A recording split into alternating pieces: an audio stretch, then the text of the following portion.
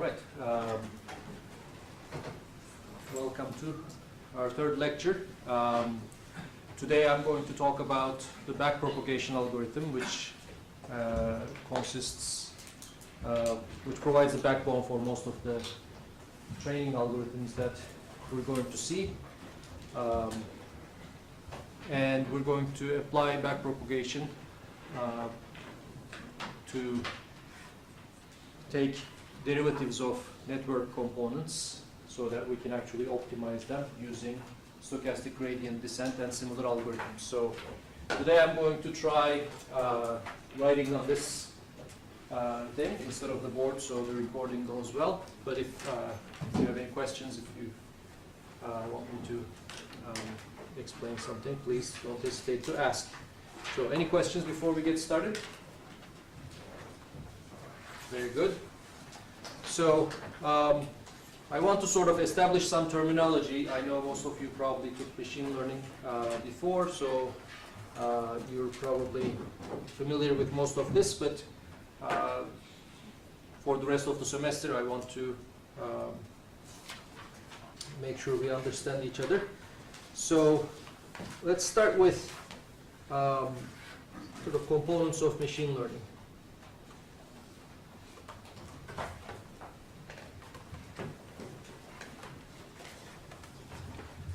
So Tom Mitchell, which is one of the fathers of machine learning, defined it as a computer program that basically we can say it learns from experience if it improves in a task using that experience by some measure. So that basically gives us three different components.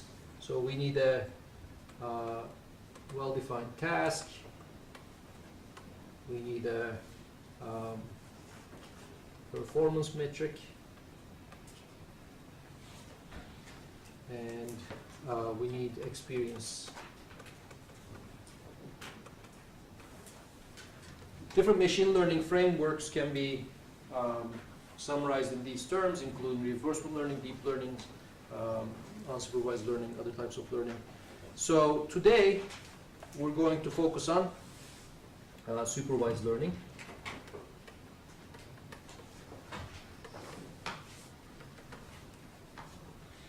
In particular, and most of the, at least first half of this class, we're going to focus on supervised learning.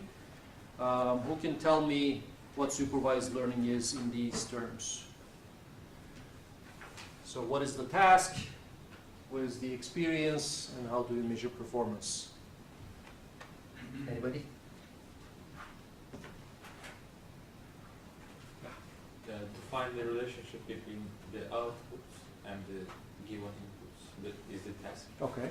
And to evaluate the, I don't know, error or something between the output and the predicted output is the performance. Performance metric. And very good. So T. Improving it maybe is experience. Okay. Experience is actually your training data in this case. So let's write this down. So the task is to predict some output y given x, input x. Our performance metric is the error, or also known as loss function, that we're going to define.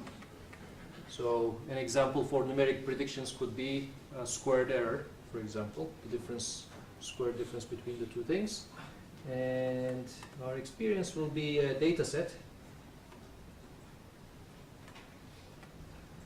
that basically consists of a finite number of x1, xy pairs.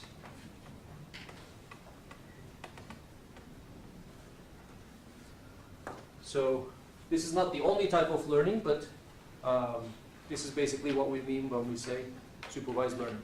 So the goal is to predict y from x. We have a bunch of xy examples, and we need an error function or loss function to give us our performance metric, which, given the correct answer and the predicted answer, tells us how bad we're doing. Any questions so far? Very good. Let's see. Last two things that I'm going to bore you with is classification versus regression. So supervised learning comes in two flavors. Regression, which basically means we have numeric outputs, and classification,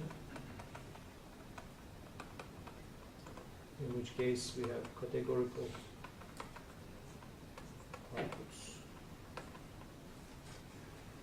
So these basically tell you what type of set Y is coming from. If Y is a real number or a vector, then we're talking about regression. If Y is a category, we're talking about classification. Okay, so today we're going to start with the simplest model called linear regression, which basically, as the name suggests, it's a regression problem of predicting a numeric Y from a given x's, and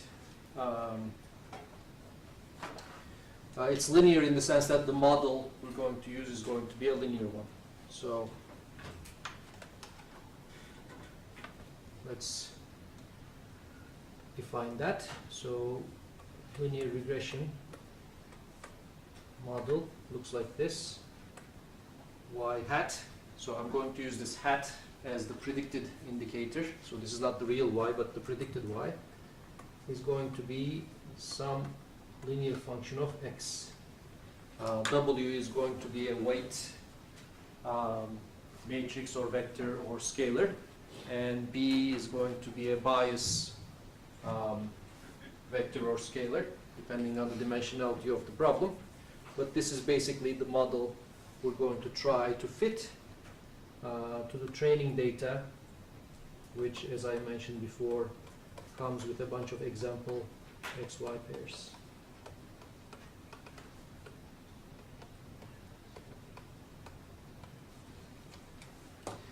Now,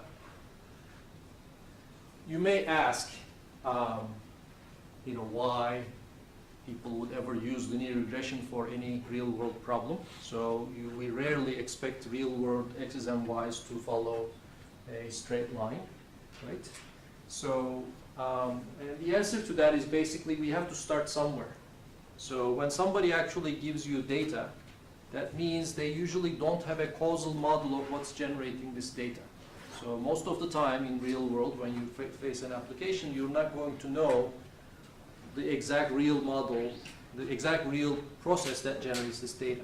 So you're going to guess. You're going to propose a model. You're going to try to make that model work. And sometimes it will, sometimes it won't. We're going to actually talk about model selection, what models are good, what models are not. But basically keep in mind that when we're using linear regression, in no way are we saying that the underlying data is linearly generated. Okay? All we're saying is that basically all models are wrong and some models are useful. This is not my quote, it's some famous statistician's quote. So keep in mind that every model is wrong, but some are better than others. And a linear model is basically a nice place to start if you don't know where to start. Why is it nice? Because we know how to solve it in 10 different ways. People have been studying it for more than 100 years. Basically, mathematical convenience makes us start here. The other reason to start with linear regression is basically everything else I'm going to teach during the first half of this course, including multi-layer neural networks and convolutional networks and recurrent networks, can be basically seen as elaborations on this first simple linear regression model. So everything is going to have pieces of linear regression here and there in different modules. So if you can understand this, a lot of other things will follow. Okay. So performance metric. So when we're doing this, let's say we start with a random W and a random B. We basically apply this to our data and we get a bunch of Y hats. How are we going to measure how good we are doing? So let's do a loss function. So I'm going to call it J. And J is going to be, so let's say, square difference. Average square difference between yn hat and the real yn squared. Okay, so this is my loss or error function. So it's taking predicted y's and the real y's, looking at the difference between them, squaring that difference and taking the average. Now this works whether y is a scalar or a vector, so same formula. Okay? This is called the quadratic loss.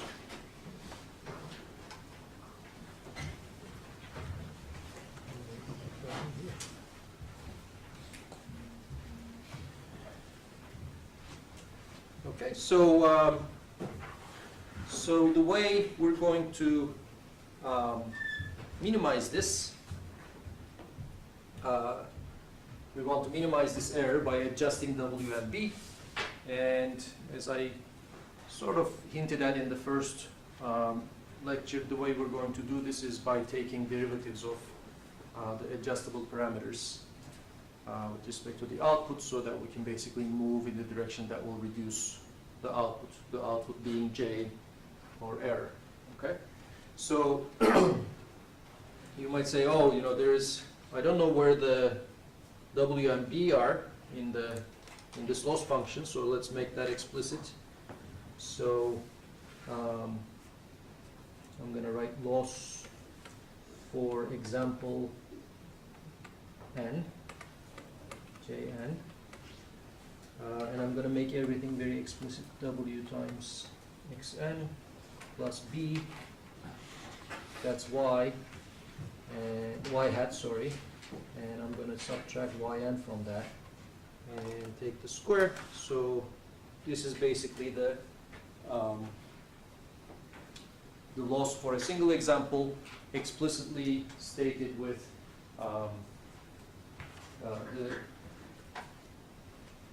the formula for the actual y has been explicitly written there.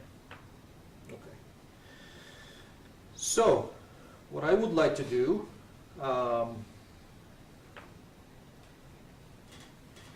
is to look at this formula or any type of other model I can think of and find the gradient or derivative of any of these components of W or B. Take the derivative of loss with respect to that. And I'm going to spend some time teaching you some graphical tools with which this kind of derivative will become more intuitive, hopefully, because you all actually took calculus, you all know what the chain rule is, but I want you to feel the chain rule in your bones, so that when I give you a 100-layer neural network and say, okay, what's the derivative of this with respect to that, you don't get confused. Okay, so that's my goal today. So we're going to go back and review some calculus together. So let's do some graphical stuff. So here's my notation for how we get J, the number J, from the other things. Okay. So we first take the input X and the weights W and multiply them.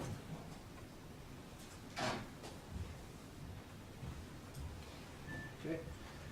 So let's call this output something, so we can refer to it later. I'm going to call it Z. And then we have a bias B,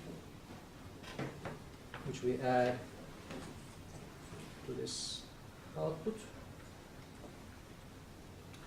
What comes out of here is Wx plus B, which is called what? Our prediction, y hat. Okay? But I'm not done. I'm going to keep going until I get J. So what do I do with y hat? I take the difference between the actual y and y hat. So these two things come into this operation. And I'm going to call the output R for residual. So this is y, the difference between y hat and y. And then finally, I need to square this. So I'm going to call this the x squared operator, and that's going to give me the final output j. So that simple formula we wrote in the previous board is basically you can think of it as this machine that basically takes the x and w from one end and outputs j. And the question is, if I move w slightly up or down, how much is j going to move? Now that question can be asked for any of these variables. I can also say if I move y up or down, what's going to happen to j? Or if I move b up or down, what's going to happen to j? Right? So any of these boxes can be slightly modified, and we can ask the question, what's going to happen to j? All of these things are known as partial derivatives, right? So the derivative of j with respect to any of these variables is known as a partial derivative. And we can actually calculate all of them. Now, some of them are more useful than others. For example, we can't move y. Y, the correct answer is given to us, so that's not going to move. So asking what would happen if y moved a little may not be that useful. But basically, each partial derivative is going to tell us something about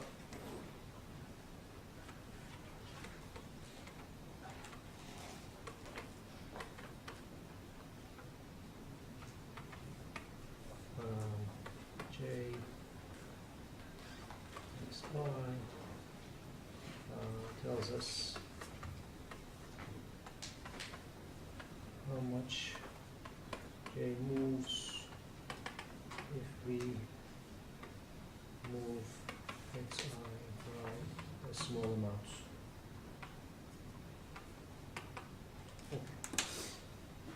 Now, let's look at the chain rule. For simplicity, we're going to assume each of the boxes in this machine are scalars, and then we're going to talk about vectors and matrices. Okay? So if everything is a scalar, everything is a number, then we'll first start by looking at the effect of the last thing, r, on j, right? So since j equals r squared, basic calculus tells us that the partial derivative of j with respect to r is 2r. Now what does that mean? So let's say r is 5. Okay? If r is 5, what happens if I move r by positive epsilon? If I increase r by epsilon, what happens to j? Increases by 10. 2 epsilon. It increases by 10 epsilon. Right? So 2r is the sensitivity of j to r. Since r is 5, 2r is 10. So that 10 gives you the sensitivity. So if I move r up or down by epsilon, j is going to move up or down by 10 epsilon. Okay. All right. Well, let's move back a step and ask how much y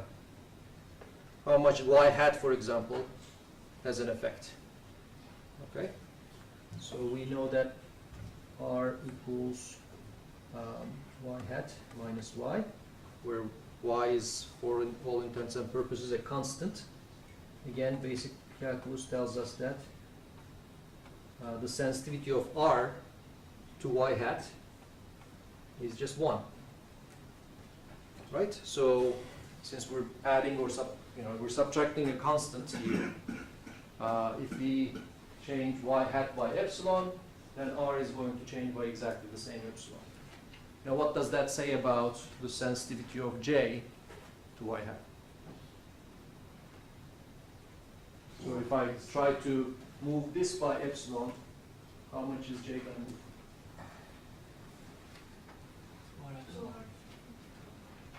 2r epsilon.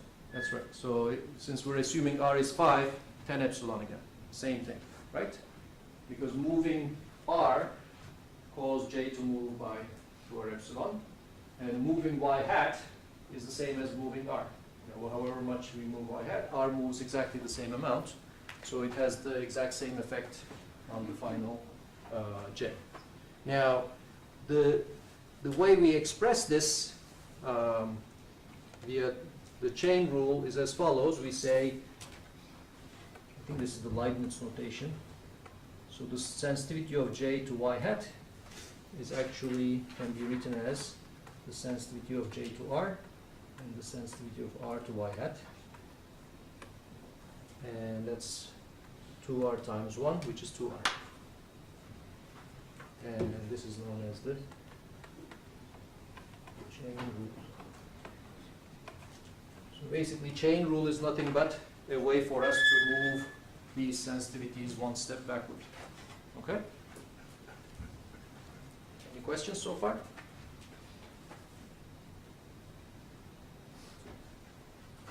Okay. So let's keep going back. The previous step is z, and we have y hat equals z plus b. Z was the name we gave to wx, okay, for convenience. So that means y hat given z is 1. Also, y hat with respect to b is also 1, right? It's a simple addition, so all the partial derivatives are 1, which means b and z also have the same effect on j. Okay, so r has an effect of 2r epsilon on j. So does y hat, because y hat and r have derivative 1. And so does b and z, because those are derivative 1 with respect to y hat. So that means when I jiggle b by epsilon, still j is going to jiggle how much? 10 epsilon, 2r epsilon. That's right. Okay, so far, this has been fairly easy. So let's write that. So if I move b or z by epsilon, j moves by 2r epsilon still.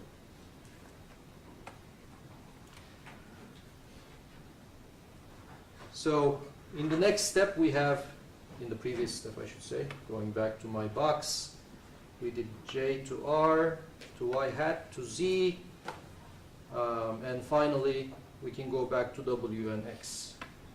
So let's do that. Z equals w times x, right? And we assumed everything was scalar, these are numbers. So dz dx is w, dz dw is x. Okay? So now that we know the sensitivities of z with respect to w and z with respect to x, we can basically calculate the whole thing going all the way back to w. So we can say something like, if I want to know how much w influences j using the chain rule, I can say, well, first of all, j is influenced by r is influenced by y hat is influenced by z, and z is influenced by w. And the chain rule says multiply all of these influences. And I know this was 2r, this was 1, this was 1, and this was x. So the resulting effect is going to be 2rx.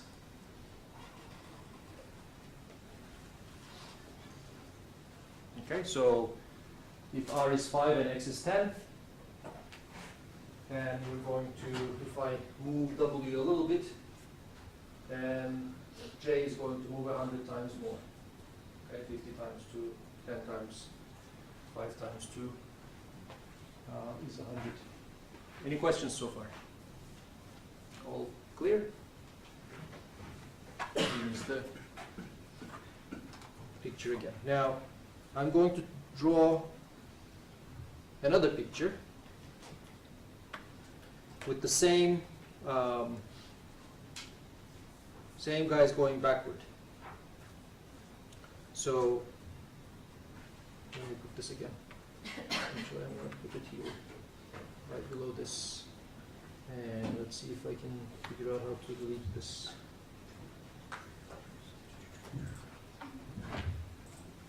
Text. No, I don't know how to delete. I select. No. Oh, there's the delete if I can select something. There we go. No, not that. No. Okay, I give up. I have to study this more.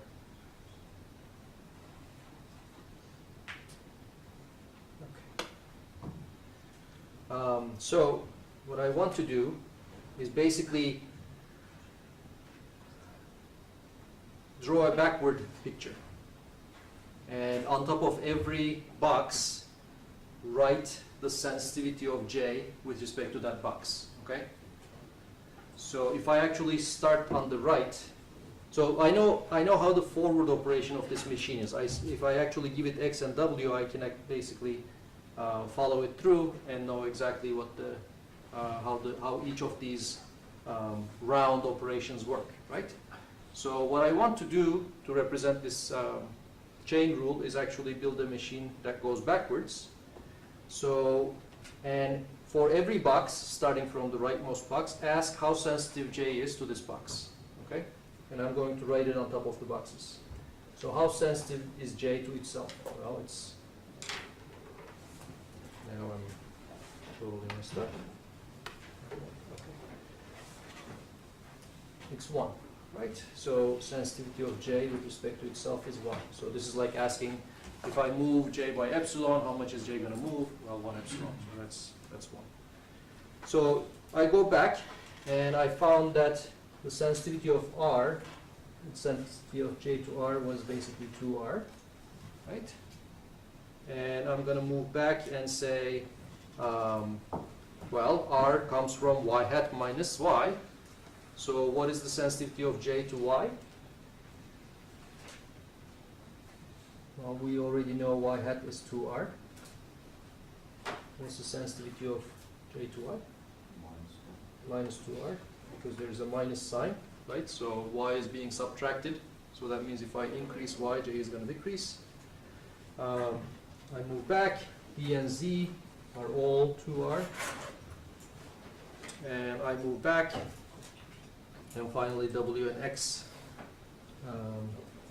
is, this one is 2Rx, and this one is 2RW. Okay, so she had a meeting to go. This in no way reflects on the quality of my lecture. Okay.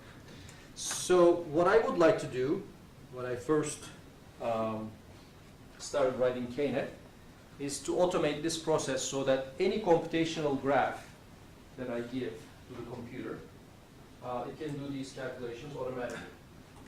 So how would we do that using this chain rule? How would we do that? Notice what happens on the backward pass. When we're going backward, basically at each operation, like let's take the minus operation, we're asking, okay, I know the sensitivity of my output, it's 2R. So given the sensitivity of my output and the fact that I'm the minus operation, what is the sensitivity of my inputs? Right? So if I can answer that question for every operation in this picture, then I can build a whole program, a whole algorithm that will start with the sensitivity of J is 1, and then just keep going backward and calculate the sensitivity of any box here whatsoever. Okay, so that's the goal. That's the backpropagation algorithm. That's the one way to do automatic differentiation, and that's what we're going to build.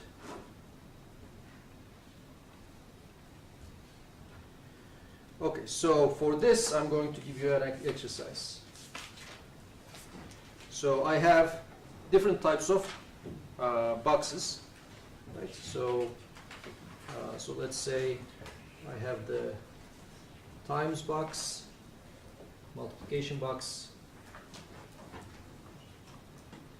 I'm going to write the forward operation. In the forward operation, it takes an x1 and some x2,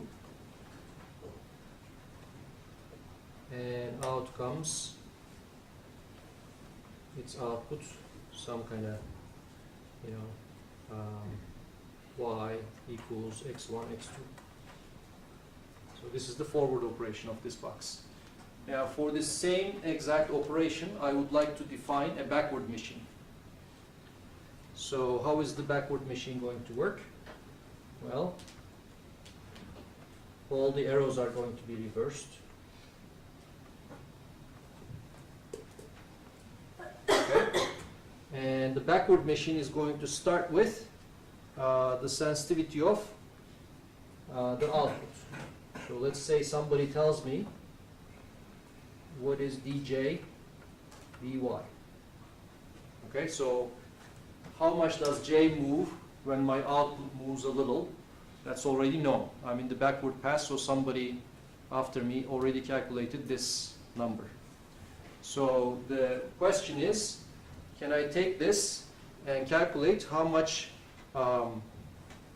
x1 affects the calculation and how much x2 affects the calculation? So in other words, going to the top, I have x2, so I'm going to say the sensitivity of j to x2, I want to compute this, and this I can write this as the sensitivity of j to y times x1. So that's my backward operation. And over here, I'm going to say dj of dx1 equals dj of dy times x2.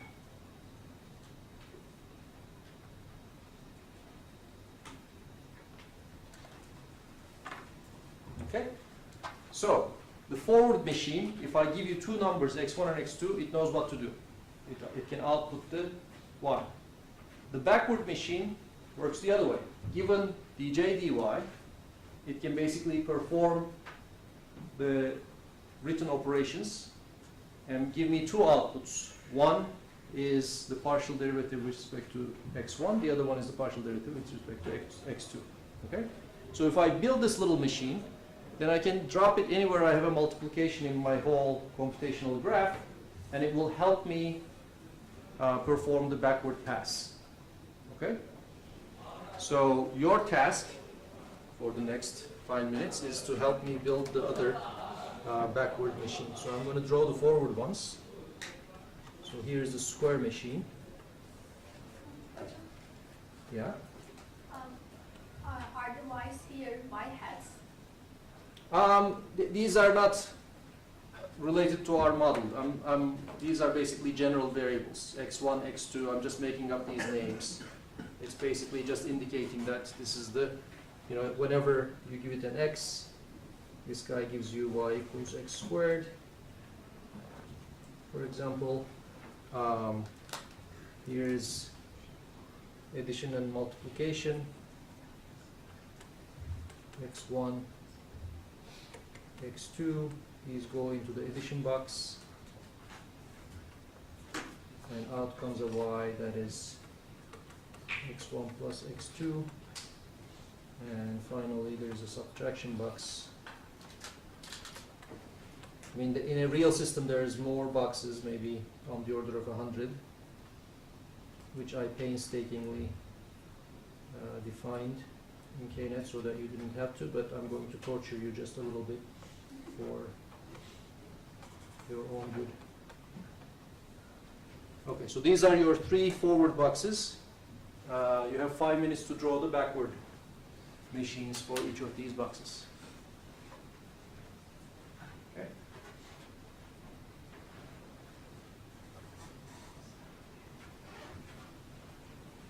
And as ask me a question if you get stuck somewhere.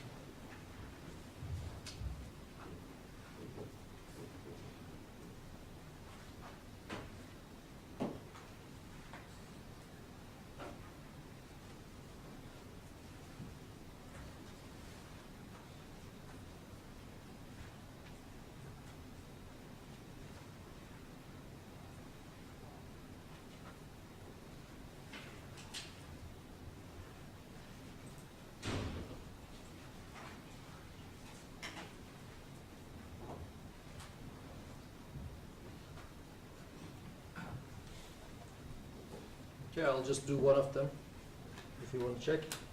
So let's do the x squared box. The input to this box is going to be the partial derivative with respect to the output.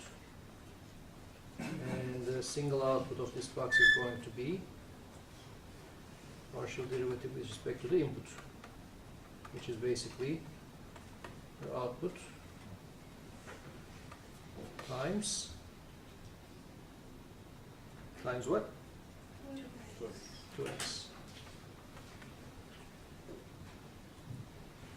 Okay, so this would be one of the boxes, one of the backward operations. And once you build enough of these boxes, you can basically have your computer calculate any big function going forward, which is basically what a neural network is. And then you can ask the gradient of anything going backward. Any questions? Okay, so next I'm going to go into multiple dimensions so that you don't get confused with multiple dimensions. So far we assumed everything was a number. You will see that not much is going to change when we assume x and y are vectors. Okay, so let's assume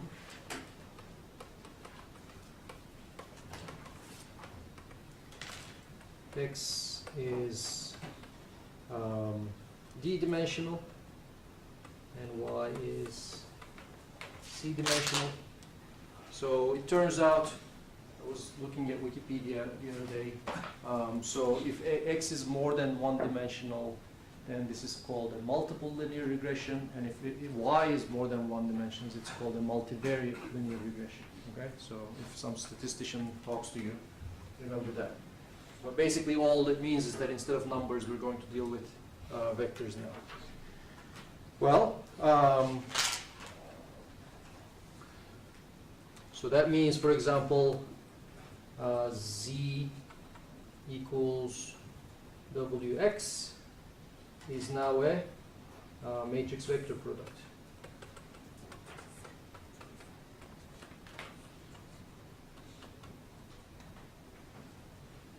And z has the same dimensions as y, because we just do, subtract something same size as y, or add something same size as y, subtract something same size as y.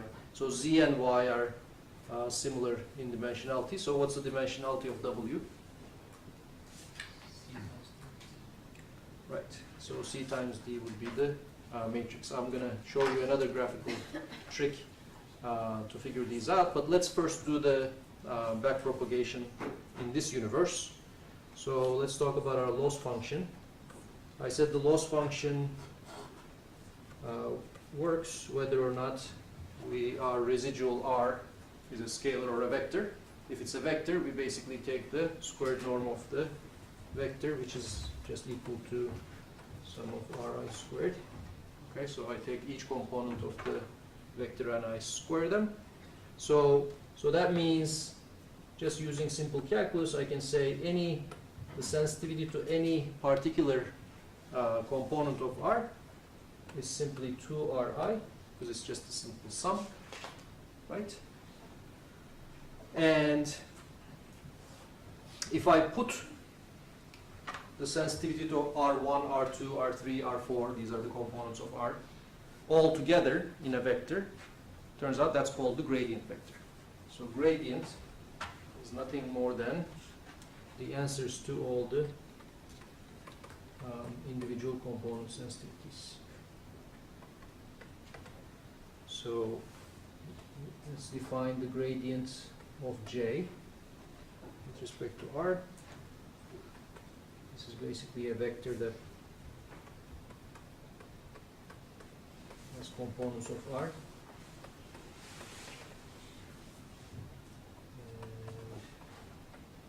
And RC is the last component. And basically we know that in this particular model, all of these things are 2Ri's. 2R1, 2R2, 2RC. Give me my components. I can also write this as 2 times the R vector.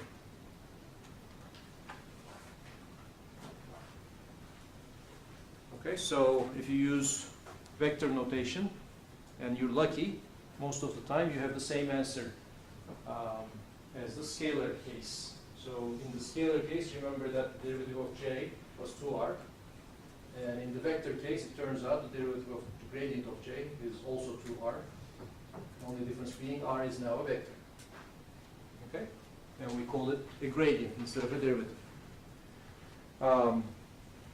We can also ask for the derivative of J with respect to matrices, tensors, other structures, etc. All you need to remember is basically if I say what's the gradient of J with respect to this complicated variable, the answer is going to have the same shape and size as this complicated variable.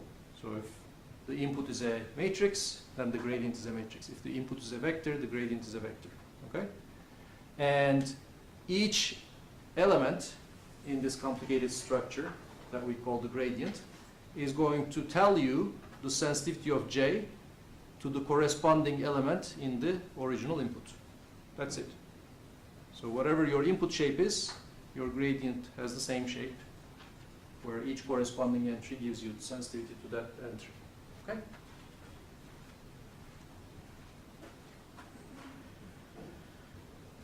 Okay, so we know that most of the other variables have the exact same gradient in our model. So in particular,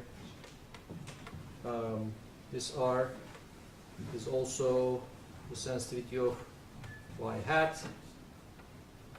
That's also the sensitivity of B. That's also the sensitivity of Z. And all of these things are equal to 2R vectors, because the gradient between these variables, as we remember, was just 1. So going backward, I can basically say these are all 2R if I'm solving the vector case. So let's go back to the original picture. So 2R, 2R, 2R, 2R.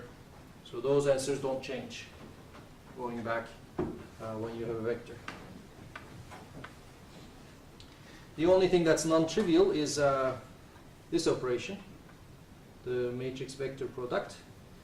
And if you do some algebra, you can calculate that if Z is equal to some matrix times X, which is a vector itself, then the gradient with respect to W and the gradient with respect to X, written in terms of gradient of Z.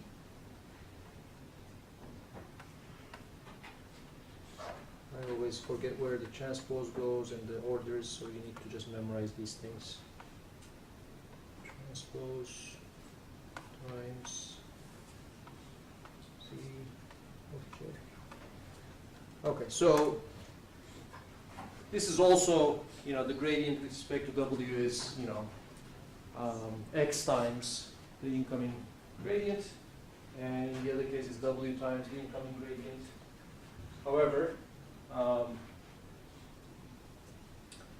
there is a little bit, the multiplication is no longer commutative, so you need to pay attention to the order, and for the dimensions to match, you need to pay attention to the transposes, etc. So I recommend actually proving this once for yourself by looking at each individual component, for example, Wij. So just calculate this for Wij, and then when you put everything together, you'll get this. And same with X. So once we have these formulas, then we can actually build our matrix multiplication box.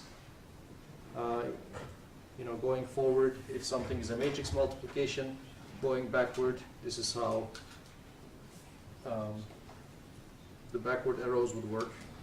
So I'm talking about this box for matrices, right? So X comes from here, and W comes from here, and out comes Z equals WX. And the backward machine for this particular box is given by these formulas. Any questions? Yeah. Does, for example, if you wanted to take the partial derivative of Z with respect to W, does something like that exist? So both Z and W are multidimensional, in which case that becomes complicated because which output component are you talking about, right? So we're talking, derivatives are sensitivities. So for each component of the output, let's say Z, you will have another gradient. So we will have tons of different gradients. It's right? something like CC, it's something that's supposed to be a dimension CCD, right? Right. So you will get a tensor back. You will not have a simple answer. But the way I like to think about it is basically, I like to think first scalar outputs like J. So when you're talking about scalar outputs like J, the gradient has the same size and shape as the input, because it's each of its entries tell you the sensitivity of the corresponding entry in the input, right? So that's easy. Now, in the case of an output like Z, if you have more than one component, then for each component you have a gradient like this. And then you have basically concatenation of all these components. So each of these concepts can be generalized to vector inputs, outputs, matrix inputs, outputs. I'll share some matrix calculus notes if somebody reminds me in the course website. There is the matrix cookbook, but I find that hard to understand. There is another newer PDF that my students were talking about that basically summarizes all these formulas for higher dimensional structures. Any other questions? Okay, very good. Now,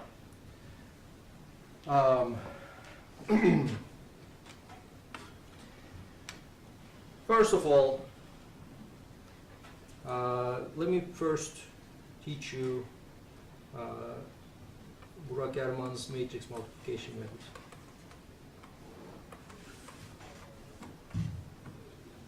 Okay. This is a graphical way to indicate matrix multiplication, and it always helps me keep my dimensions right. Okay. So let's say I have a matrix that is C by D, let's call this W, and then I have another matrix, I'm going to draw it here, That's D by N. Let's call this X. It turns out, why did I draw these things displaced like this? Because it turns out that if you draw the shape that just fits right here, that is the shape of the output. Right? So it has N columns and C rows. So I'm going to draw my matrix multiplications like this so that we keep track of the dimensions. Helps me visualize. Okay? So, any questions? Does everybody understand this picture? Very good. So what I'm going to do now is show you mini batching.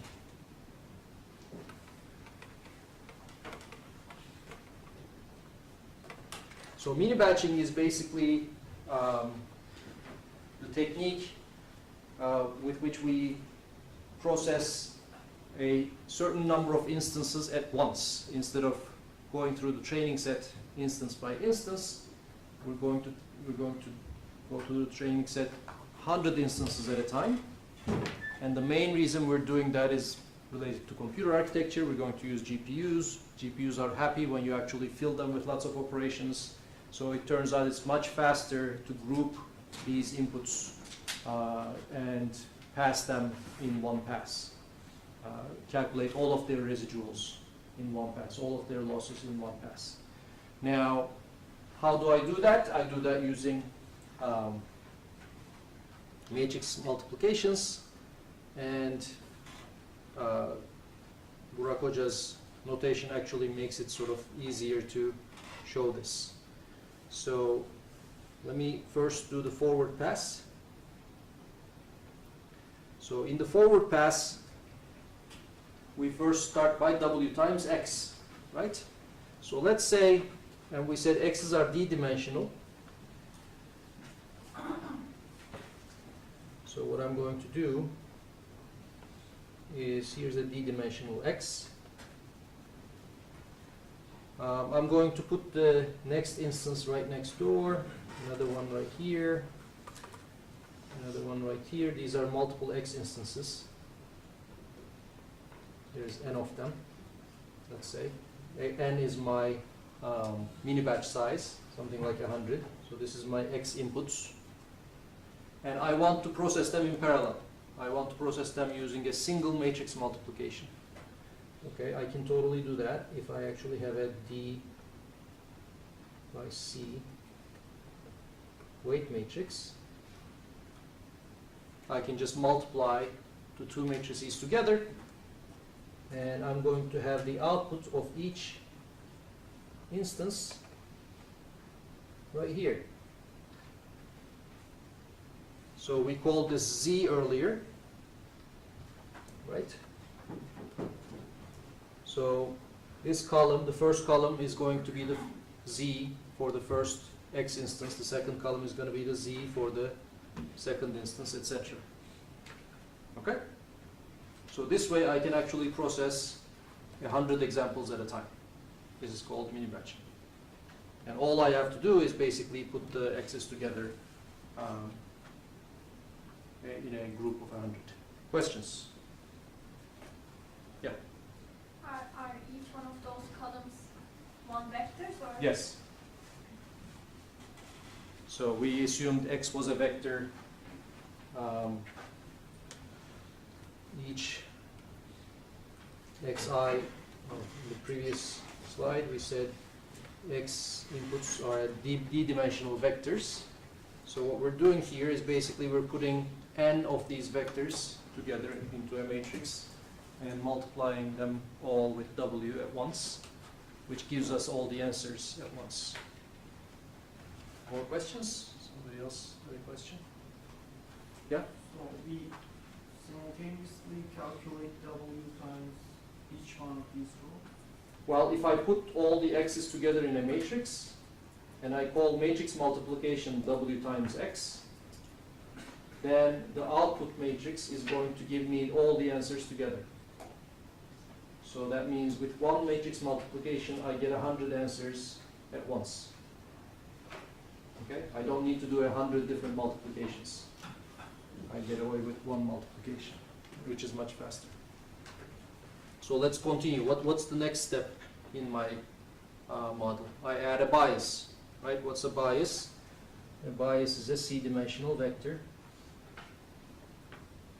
1 by c. Here's my bias. Now, I'm going to add this bias to this Z matrix. Well, if I use a regular add, I'm going to get an error because their dimensions don't match.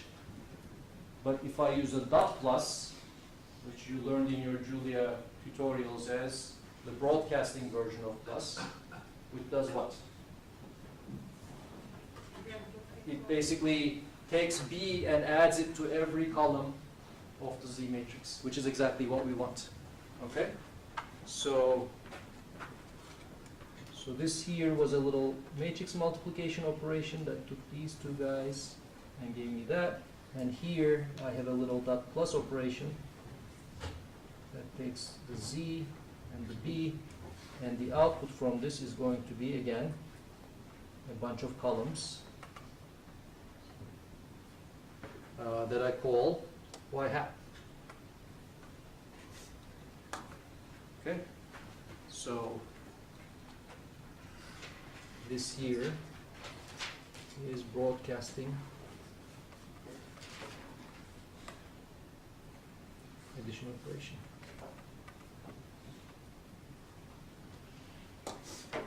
Okay, so the next step was to subtract the real y's from this. Now, what is the dimensionality of y hat? See if everybody's asleep. C times. C by n. That's right. And if we go to the previous screen, the real y's are also c-dimensional vectors. Okay?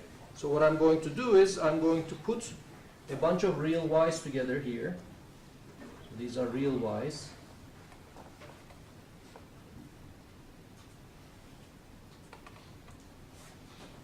And I'm going to put n of them together. And they will correspond to these x's. Okay, so these x's and these y's correspond to each other from my training set. So now I have two matrices, both of which are C by n, and I'm going to subtract them. Now we can call this broadcasting or regular subtraction. It doesn't, they both do the same thing. And I'm going to get another matrix called R. Again, this has the n components.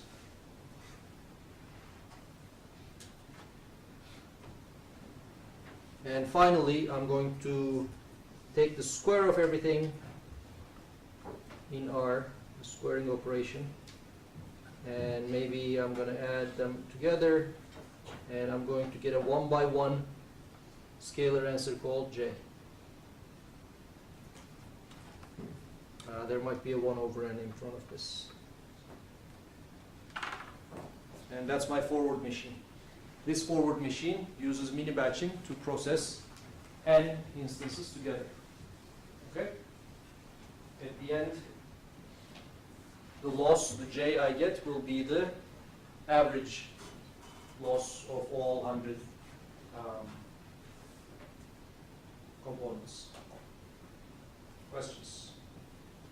Yeah. Is there a spectral number for mini batch or?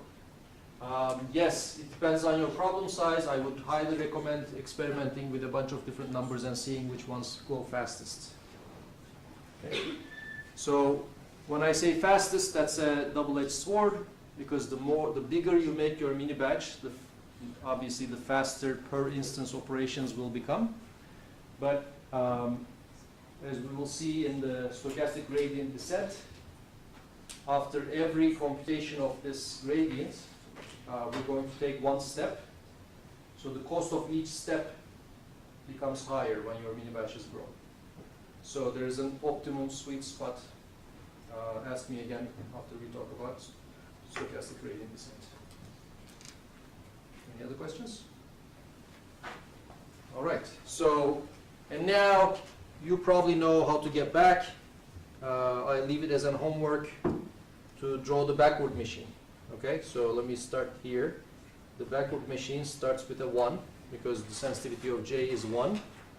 And it goes into this box called 1 over n sum of x squared. This operation should give you something that has the same shape as R, and hopefully it should give you 2R. Okay?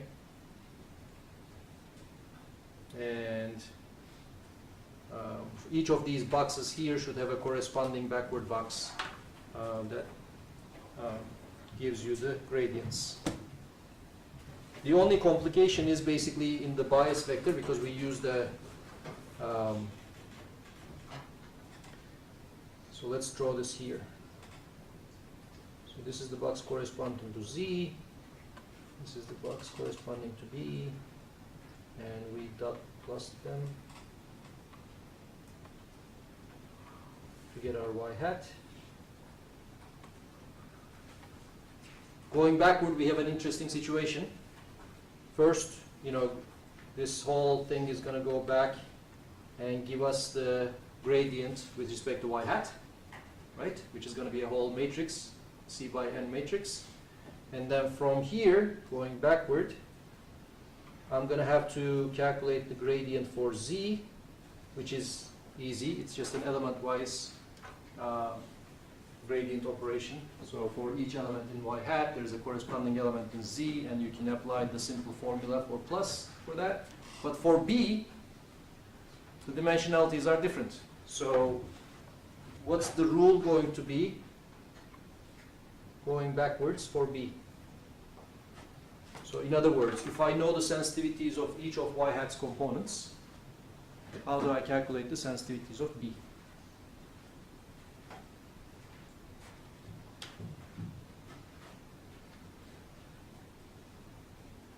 Yes? Right. So, since this is a plus operation, if B was the same size as y hat, I would just copy, right? So sensitivities would be the same. Because, I'm basically adding two things. The relative derivatives are 1. But since B has been added n times, going backward, I have to add all the columns of y hat, dj, dy hat together. So this is going backward, this is going to be dj, dy hat. All the columns of this guy will need to be added together to get dj, db. Okay? So that's the only complication going backward. Yeah? It like brings a feel of exaggeration on the sensitivity of B. It's not quite, because you use B n times. So that means if you move one element of B a little bit by epsilon, that's going to get copied n times, right? Each of those things is going to affect J independently. Yeah. So we're basically adding all those effects together. So that's why we're adding the columns of y hat all together to get the sensitivity of B. Yeah. Actually, the last computational node should have 2 sequences, right? I mean, Yeah. Any other questions?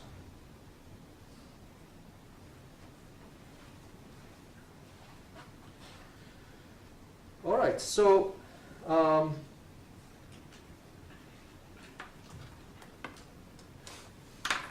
let's talk about stochastic gradient descent. Stochastic gradient descent is the algorithm where we basically calculate the gradient for one instance or one mini batch. So find gradient for one instance or mini batch.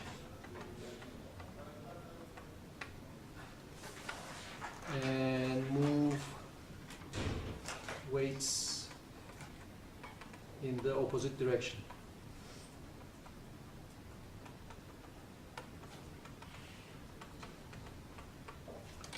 Okay, so a couple of things here.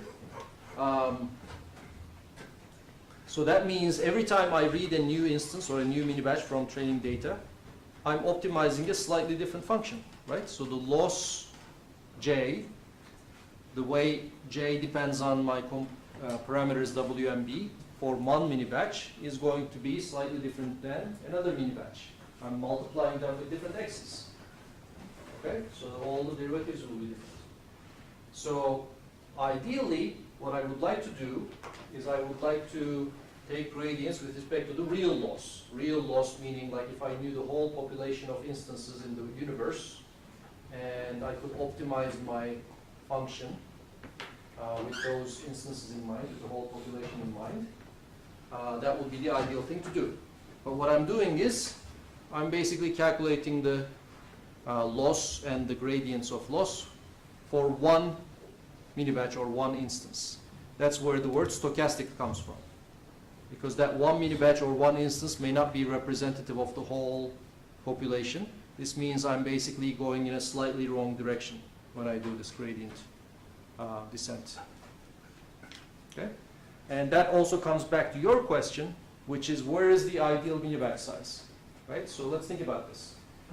If I have a huge mini batch, if I take my whole data set, then I have very little noise. I know this is the exact loss function I would like to optimize, so my gradients are exact, okay? Whereas if I take one single instance, that's going to be a very noisy gradient. So it may not point to the exact direction that I want to go to. So there is that noise trade-off. The bigger you make your mini batch, the less noise you have in your gradient. So, okay, great, then why don't we just take the biggest mini batch, take the whole data set, and calculate the gradient with respect to that? Well, there's a couple of problems with that.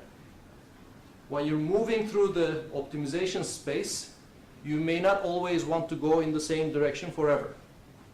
So let me give you an example. So let's say I have an optimization problem with a space like this. These are sort of, this is my weight space, this is my space of W and B that I'm trying to optimize, and right in the middle is the sweet spot. This is where my error is minimized, and I'm trying to follow the gradient to find this, and these are contours of my loss value, and the gradients are perpendicular to the contours usually. Okay, so let's say I actually did a very good job, used a huge mini batch, and calculated.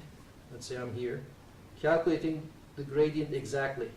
Okay, so this perpendicular arrow is the gradient. This is the direction of the largest decrease in loss locally.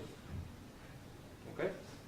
Now, I can't take a very large step in this direction because this is not the right direction. Right? So if I take a very large step, I'm going to end up going here, which is worse. All I can hope to do is take a very small direction, a very small step in this direction, and then calculate the gradients again and see where I'm going. Right? So in fact, if you use regular stochastic, regular gradient descent here, you'll probably zigzag a lot before you find the optimum. So that means all this extra work calculating my gradient from the big data set was wasted because I wasn't going to take a big step anyway. I was going to take a small step and recalculate the gradient. So that means I could have been much cheaper and calculated a cheap gradient with a small mini batch, taking a little bit of noisy step, maybe not in the ideal direction, but something close, and that would actually go much faster. Okay, so that's where the trade-off comes from. So what you want to do is you want to watch the loss, how the loss is decreasing as you're moving through this space, and find the mini batch size that basically gives you the greatest decrease in loss per minute or per second or whatever, based on your hardware. Yeah. When are using that, actually when we are using that mini batch thing, do we still have zigzagging effect but really, really small, or So the step sizes are not actually determined by the mini-batch size. The step sizes are determined by your step size parameter, which we usually call the learning rate. So if you remember from lecture 1, I had this for loop, for x, y in your data, calculate the gradient, and move w in the opposite direction of the gradient with multiply with some LR constant. I use 0.1 for LR there. So that's learning rate. So that learning rate is going to determine how large your step size is going to be. The size of the mini batch is going to determine the noisiness of the direction. Okay? So they both have to be optimized independently. And usually start with 100 for the mini batch size and 1/100 for learning rate, and you'll be fine. Okay? In practice. But move these things up and down a little bit to see if you can improve the training.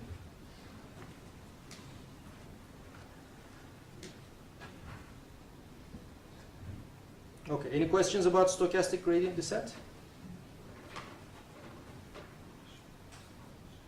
So basically, we know the backpropagation algorithm now, we know the chain rule.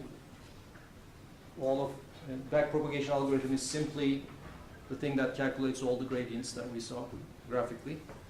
And if you worked hard enough, you could implement this in your own program by defining the individual boxes for each of the operations, I'm sure.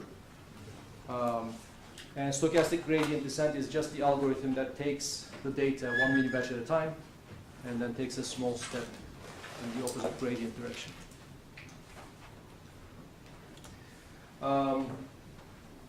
In my sort of draft textbook, in the KNet documentation, there is a whole bunch of mishaps about SGD. Why SGD doesn't work when it doesn't work. What are the problems with it? And how are, people have come up with all sorts of new algorithms with fancy names like RMS prop and Adam and Adagrad and Momentum and Nestero. These are the ones that we implemented in KNet, but there's a lot more. And each of these things are variants on SGD trying to fix some of the problems associated with it. One problem with SGD, as we mentioned, is basically the direction is wrong. Right? So if your space is like this, the direction that you should step should be this direction. But instead, you're going in this direction if you listen to the gradient. Well, there's other ways to step. For example, there's a Newton's direction, which for second order functions finds this direction, the ideal direction to move in, exactly. Okay? But it's expensive. It's very expensive to compute. So people actually don't compute it. Because if you do, what good would that do? Because your loss function is probably not a quadratic anyway, so even Newton's direction is going to be slightly wrong. So you wasted all this computation for a little better direction, but not the ideal direction. So what people do is basically approximations to this Newton direction. So instead of the gradient, they divide the gradient components with some averages over the last few steps in that direction. There's a couple other ideas like that to fix the direction, basically. Instead of going straight in the gradient direction, go in a slightly different direction, which basically improves convergence rates a lot. Algorithms like Adagrad and Adam also automatically adjust step size in each dimension. So if you use pure stochastic gradient descent, learning rate is the #1 most important parameter you need to optimize. If you use the wrong learning rate, what's going to happen is basically either you're going to jump from here all the way to here and then jump from here all the way to there, and you will never find your place. Okay, so that's large learning rate, large step size. And if you're cautious and use a very small step size, this is what's going to happen. You're going to start here and you're going to go with this forever. It's going to, get there eventually, but it's going to take a very, very long time. So there is a ideal step size in between these two extremes that get you faster convergence. Now, algorithms like Adagrad and Adam try to compute this automatically for you, and they compute a different step size for each dimension. of your gradient. Yeah. Why aren't we getting stuck at local optima? That's a good question, and the short answer is we are, but it doesn't matter. It turns out, when I was taking neural networks years ago, people always drew this diagram. They said, okay, here's your J, and here's your WB or whatever, and here's the space. It's not convex or anything. And when you basically try to optimize this, you will always get stuck in some local minima, and that's number one problem with neural networks. Okay? It was all a lie. That's not true. So what we later learned is that if your model is over-parameterized, if it has millions of parameters like the modern neural networks do, then yes, there are many, many local minima, but they're almost all at the same level of performance. So it doesn't matter which one you fall into, they're all the same in terms of their loss. Okay? So it's more like this carpet. Okay? So there's a carpet with many little bumps, but it doesn't matter which bump you fall into because it's all at the same loss level. Then the problem becomes which part of this carpet actually will generalize, right? So in the when we're talking about loss, we're talking about the training set loss. And it turns out with these modern over-parameterized model, there's many, many models with the same training set loss. And you will find one of them if you use a good optimization algorithm like Adam, let's say. But what you won't be able to say is whether this particular point that you found on this big flat carpet is the right one, meaning it will generalize well to unseen data. And that's a whole other issue of generalization that we will talk about later in the course. But no, local minima are no longer our biggest enemy. Do we know if you had all parameter limit the size or not? If you're doing statistics, and if you have 10 variables, and if you're afraid to use more than 3-4 parameters, then you're under-parameterized. And this is the domain that statisticians have spent the last 100 years working in. Okay? Neural network people are not shy about using parameters. So even if you have, a 10-dimensional input, they'll throw in a couple thousand parameters in there, and hope for the best, and then solve the generalization problem some other way. The biggest issue with over-parameterization, having more parameters than you have inputs, let's say, is overfitting. This model is so powerful, it has so much capacity, it's going to memorize your training set and have zero error on the training set, but it's not going to generalize well. Well, the modern wisdom is that let that happen and then deal with the generalization problem in some other way. Hinton has very nice talks that you can find on YouTube where he's talking about the numbers about your brain. Your brain has on the order of 100 billion neurons, and each of them has 10,000 connections or something. These numbers might be totally wrong, but they're big numbers. And if you compare that with the number of seconds you're alive during your, let's say, 100-year life, it far surpasses the number of seconds you're alive. So the brain obviously works in a regime where the number of adjustable parameters is a lot larger, by orders and orders of magnitude larger, than any possible input that you might receive during your lifetime. So this is the new frontier. Now we're not afraid of too many parameters. We just overfit and then figure out how to solve the generalization problem. Any other questions? All right, I'll see you next time.